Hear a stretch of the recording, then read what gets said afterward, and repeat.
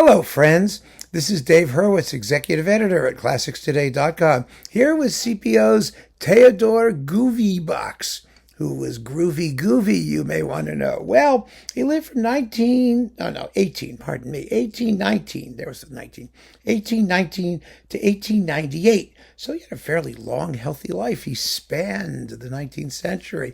And he was a serious symphonist. He was actually, he was French, but he was more successful in Germany than in France because he was a symphonist. And, the thing about France that made symphonist life difficult, as Berlioz will tell you, and he was telling me, is that French concert life was entirely centralized. The French, musical bureaucracy and cultural institutions were all focused on Paris, on the conservatoire and the orchestra in Paris. It was not like Germany, where you had a whole bunch of politically distinct entities, all of which had their own orchestras, which created the right sort of fertile ground to have a symphonic tradition arise, because you had symphony orchestras playing purely orchestral music, and there was a certain competition between all the Länder and the duchies and whatever in Germany. But in France, which had been centralized really since the 16th century, under, the absolute monarchy of, Louis XIV and people like that, well, in that case, everything was simply Paris. And so you were nobody if you couldn't break into the world of music in Paris. And to do that, you had to have the right political connections. And it's still the same thing in France, kind of fascinatingly, quite to a large degree, to a remarkable degree. So, yes, they have more orchestras now and things like that, but, it's still kind of the same deal. So Gouvy had a bit of a reputation in Germany, to the extent he had a reputation at all. He wrote 6 symphonies, all of which are here extremely well played by the Deutsche Radio Philharmonie and the Saarbrücken Kaiserslautern. Oh, what a name. Deutsche Radio Philharmonie, Saarbrücken Kaiserslautern. Yeah, right. Under Jacques Mercier. That's easier, isn't it? So 4 discs on CPO. Here they are. Now, if you like sort of mid-19th century symphonies, you're going to like these because they're very good. They're very well crafted for the most part. A couple of them I found a little bit fluffy and uninteresting, but most of them are quite good. And because Mercier at least had a touch of Francophile in him, he was French after all. He uses like a harp in like the 3rd symphony, I think it is. There are touches of originality that you tend not to find in the provincial German symphonies of the day.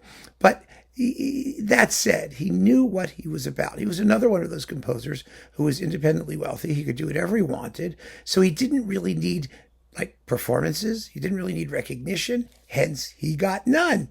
But like Louise Farrenc or Emily Mayer and some of those other, composers who happen to be female, but they are unknown now, who were working during, in the 1850s and the 1860s in that German symphonic tradition. They were very good. They were very well trained.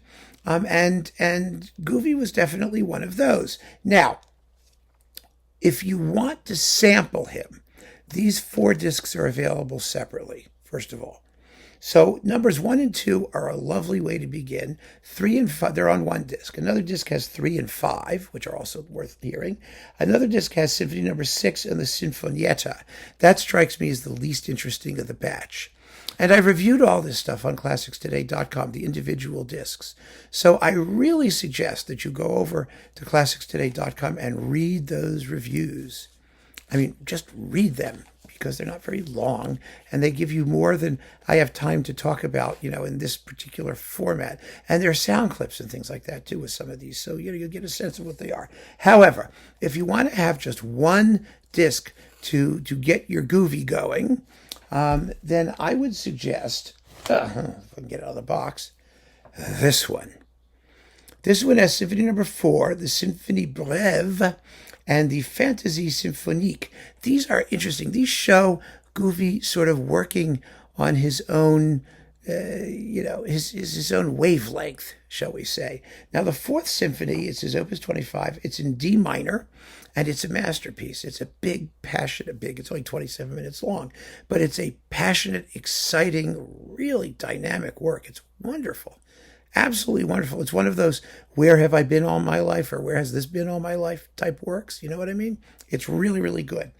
The Symphony Breve is very, very interesting. It's a series of variations concluding with a rondo finale.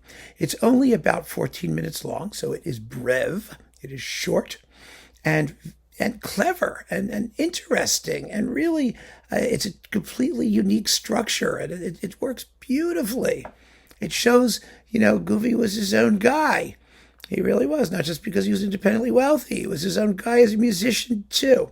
And the Fantasy Symphonique is a 3-movement, 21-minute mini symphony. It doesn't have a scherzo. It has an opening movement, a slow movement, and a zippy finale. These are really lovely works that you are going to be fascinated to get to know. He also wrote a couple operas. They're on like classical Greek subjects, like Gluckian type subjects. He was a classicist as a composer. I mean, that was his thing. And there's nothing wrong with that. It was his style and his sort of Apollonian view of music. And you hear it. You hear it in these symphonies. You hear it in these operas, which are also on CPO. He's a composer worth getting to know. So I mean, thank God for CPO and labels like that, and German radio, because they let people do this stuff. This is a worthy project. And, 6 symphonies and other orchestral pieces is a pretty considerable achievement in the mid-19th century. It's definitely something to explore if you have that kind of curiosity. So keep on listening, friends. Thanks so much for joining me. Take care.